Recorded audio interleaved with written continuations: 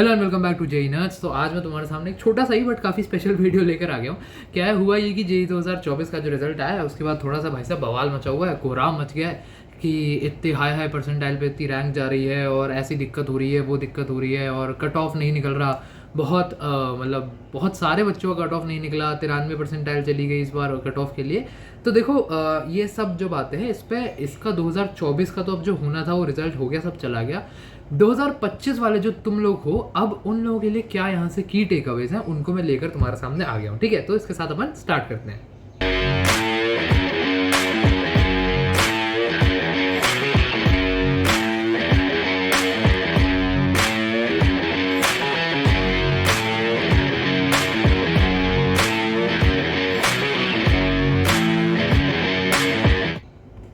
पहली चीज, you have to be ready for any difficulty slash type of paper which may come. ठीक है, क्या होता है पेपर कभी भी एक जैसा नहीं आता। जेईई मेंस का बोलते हैं कि हर पेपर के अक्रॉस क्या है कि डिफिकल्टी सेम रखने की कोशिश की जाती है और हर शिफ्ट के अक्रॉस डिफिकल्टी सेम रखने की कोशिश की जाएगी, पर ऐसा नहीं होता। हर बार ऐसा ज़रूर होता है कि कुछ शिफ्ट जो है डिफिकल्ट साइड पे रहते हैं, कुछ शिफ्ट ईजियर साइड पे रहते हैं, कोई एक शिफ्ट होता है जो बहुत डिफिकल्ट होता है, कोई एक शिफ्ट होता है जो बहुत ज़्यादा ईजी होता है। अब ये वेरिएशन तुम्हारे रिजल्ट को कैसे अफेक्ट करता है? अगर तुम्हारी किस्मत खराब है तो तुम्हें मिल जाएगी सबसे अच्छी शिफ्ट, और अगर किस्मत तुम्हारी अच्छी है तो तुम्हें मिल जाएगी सबसे बुरी शिफ्ट। ठीक है, आसान पेपर आना खराब किस्मत है भाई, बता रहा हूँ।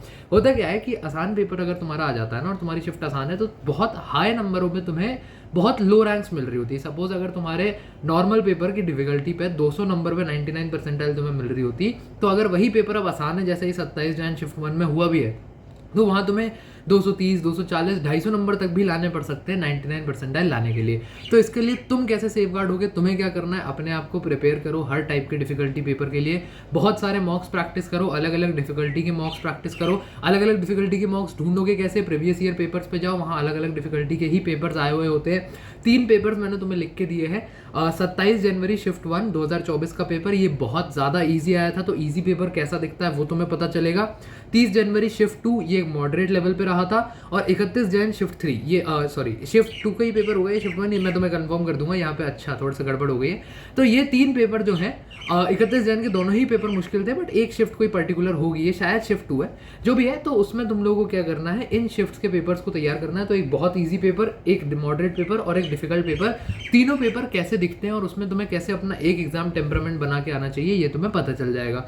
इससे फायदा क्या है, कैसा भी पेपर आया तुम्हारा एग्जाम वाले दिन, जेईई मेंस वाले दिन, तो उसको तुम सॉल्व कर ले जाओगे। ठीक है, आओ नेक्स्ट बात कर लेते हैं। अगर बच्चों की 98 परसेंटाइल पे 30 की रैंक बन रही है या फिर जो कट ऑफ है वो 93 परसेंटाइल जा रहा है, तो इसमें कोई डरने वाली बात नहीं है। देखो, तुम्हें अपने आप को किसी एक परसेंटाइल से मत जोड़ो, अपने आप को किसी 98, 97, 96 से एसोसिएट करो ही मत। तुम अपने आप को एसोसिएट करो रैंक के साथ। होता क्या है, जेईई एडवांस में कभी भी ये नहीं नियम लगाया जाता कि जेईई मेंस में टॉप 10 परसेंटाइल बच्चों को जाने देंगे, टॉप 7 परसेंटाइल बच्चों को जाने देंगे, नहीं। जेईई एडवांस एक फिक्स्ड नंबर ऑफ बच्चे, शायद 2.5 लाख होता है, 2.5 लाख या 2,30,000 ऐसा कुछ होता है, सिर्फ एक फिक्स्ड अमाउंट ऑफ बच्चों को ही आगे जाने देता है। तो 2.5 लाख भी नहीं यार, ये नंबर थोड़ा कम होता है। तो मुझे कंफर्म करके सब कमेंट्स में बताना कि कितने बच्चों को जाने देता है, बट एक फिक्स्ड अमाउंट ऑफ बच्चे ही होते हैं। और उसका क्या मतलब फायदा है तुम्हारे लिए? तुम अपने आप को करो ही मत ना एसोसिएट कि भाई 90 परसेंटाइल आएगी तो मेरा कट ऑफ हो जाएगा, मेरे को 93 लानी है। नहीं, बस ये करो मेरे को टॉप 1 लाख बच्चों में आना है, बस इतना है। टॉप 1 लाख बच्चों में आना कोई मुश्किल काम नहीं है यार, समझ रहे हो? 1 लाख बहुत बड़ा नंबर होता है, 1 लाख। यहाँ पे जेईई मेंस में अगर तुम अच्छा स्कोर मानोगे तो हमारी तिजिल, हम लोगों की तो सब मतलब हम तो 10-12 ऐसे 15-23 ऐसे ऐसे हज़ारों पे है, तुम तो लाख की बात कर रहे हो। लाख कोई बहुत मुश्किल नहीं है लाना, तो कोशिश करो कि तुम टॉप 1 लाख के अंदर हो। और हाँ, अगर ये तुम्हें सिर्फ एडवांस निकालना है तो, वरना तो भाई मेरा है कि तुम टॉप 1000 के अंदर हो यार। तुम एम क्यों कर रहे हो लाख का? ये जो धारणा है कि बस एडवांस का कट ऑफ निकल जाए और एडवांस निकाल लेंगे, वो बहुत ज़्यादा गलत है।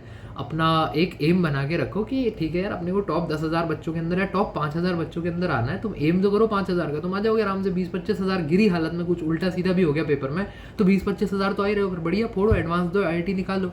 मेरा कहने का है कि अपने आप को किसी कट ऑफ परसेंटाइल से एसोसिएट मत करो। और इस बात पर परेशान होने की कोई ज़रूरत नहीं कि 93 चला गया वो चला गया, रैंक सेम ही है।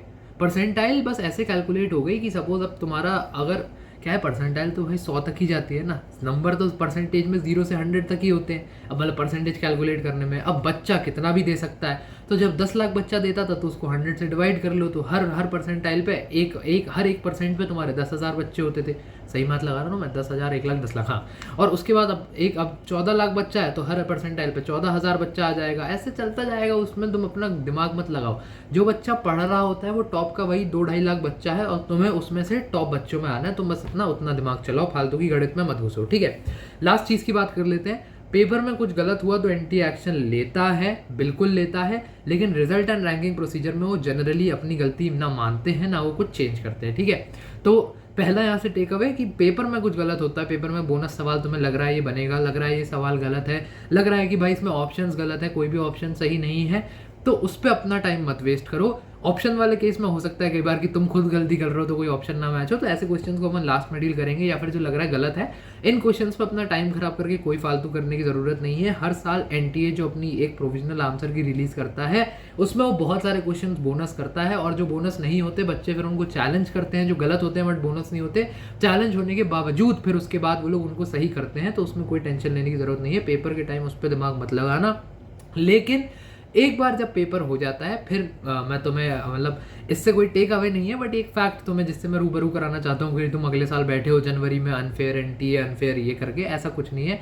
एक बार जब पेपर हो गया तो फिर वो हो जाता है। एनटीए अब चाहे अनफेयर हो चाहे फेयर हो, जनरली अपना रिजल्ट में चेंजेस नहीं करता। इस बार भी हमें लगा था कि 27 जनवरी की शिफ्ट के साथ जो बच्चों के साथ हुआ है वो अनफेयरिटी है थोड़ी सी, बट उन्होंने कहा कि भाई अब ऐसा ही पेपर है, ऐसी ही डिफिकल्टी आई है और उस पर उतने ही नंबर बन रहे हैं, तो उसको एक्सेप्ट करो और आगे बढ़ो।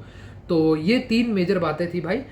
सब अपना जो भी 2025 वाले हैं, आई होप तुम लोग बहुत अच्छे से तुम्हारी तैयारी चल रही होगी। आने वाले समय में देखो अभी ड्रॉपर स्ट्रैटेजीज पे काम चल रहा है और तुम्हारा 2025 की सारी स्ट्रैटेजीज प्रॉब्लम सॉल्विंग सीरीज चल रही है, साथ में वो भी तुम्हें पता है एडवांस की प्रॉब्लम सॉल्विंग सीरीज चल रही है। 2025 वालों तुम वो भी सॉल्व कर सकते हो, ऐसी बात नहीं कि सिर्फ 2024 वालों के लिए। तुम लोग भी जाओ देखो काइनेमैटिक्स वगैरह के क्वेश्चन तुमसे बन रहे कि नहीं बन रहे। बाकी पढ़ाई करते रहो, जो भी कोई दिक्कत वगैरह हो तो कमेंट्स में डाउट्स पूछो, हम तो कोशिश करते हैं जितने मैक्सिमम कमेंट्स का रिप्लाई कर सके कर देते हैं। बाकी पढ़ाई करते रहो। All the very best, good bye.